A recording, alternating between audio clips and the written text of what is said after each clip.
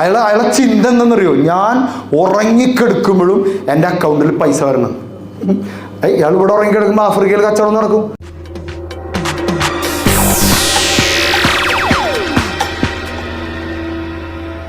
ആ ABC-യുടെ കണ്ണൂരെ ഓഫീസിൽ നിങ്ങൾ പോയിട്ടില്ലെങ്കിൽ പോയി കാണും.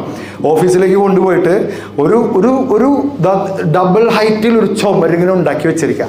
അവിടെ വലിയൊരു ഭൂപടം, ലോകത്തിൻ്റെ ഭൂപടം വരച്ച് വെച്ചിരിക്കുക. എന്നിട്ട് ഇദ്ദേഹത്തിൻ്റെ ബ്രാഞ്ചുകൾ ഉള്ള ആ ആക്ടിവിറ്റീസ് ഉള്ള സ്ഥലങ്ങൾ മുഴുവൻ അടയാളപ്പെടുത്തിയിരിക്കുകയാണ്. ഇതിങ്ങനെ കാണാം. അപ്പോൾ അദ്ദേഹം പറയുന്നേ, ഞാൻ എല്ലാ ദിവസവും ആളെ പരിചയമുണ്ടോ നിങ്ങൾക്ക്? കണ്ണൂരുകാരൊക്കെ ഉണ്ടോ? പരിചയമുണ്ടോ? അതിന് മുമ്പിൽ ഇങ്ങനെ നിന്നിട്ട് ഇങ്ങനെ അവിടെ നോക്കും. ആഫ്രിക്കയിലുണ്ട്, സൗത്ത് ആഫ്രിക്കയിൽ, ആഫ്രിക്കൻ രാജ്യങ്ങളിൽ ഇത് ആക്ടിവിറ്റീസ് ഇവിടെ ഉണ്ട്, ഗുജറാത്ത് അത് ഇത്, ഇന്ത്യയിൽ മുഴുവൻ അവിടെ ഇതൊക്കെ ഉണ്ട്. ഓക്കെ, ഇതാണ് നിന്നിട്ട് ഇങ്ങനെയാണ് നോക്കും. അപ്പോൾ ഇത് വലുതും ഞാനൊരു നിസ്സാരം മനുഷ്യനോ, എനിക്ക് ഇനിയും വളരാനുണ്ട് എന്നുള്ള തോന്നൽ ഓട്ടോമാറ്റിക്കായിട്ട് എനിക്ക് കിട്ടും. വളരാനുണ്ട്.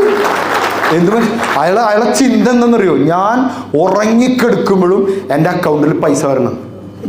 ഇയാൾ ഇവിടെ ഉറങ്ങിക്കിടക്കുമ്പോൾ ആഫ്രിക്കയിൽ കച്ചവടം നടക്കും. എന്തൊരു അഹങ്കാരല്ലേ മനുഷ്യൻ അല്ലേ?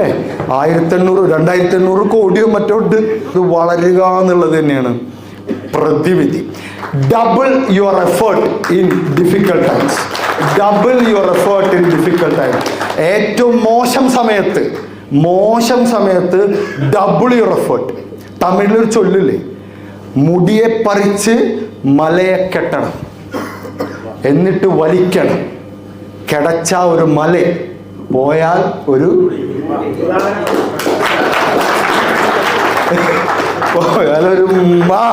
അതാര് പൂർത്തീകരിക്കുന്ന ഞാൻ നോക്കിയിരുന്നത്. ഞാൻ കഷ്ടപ്പെട്ട് മുടി എന്ന് പറയുമ്പോൾ എന്നെ വഴിതെറ്റിക്കുക മനുഷ്യൻ. I love your attitude.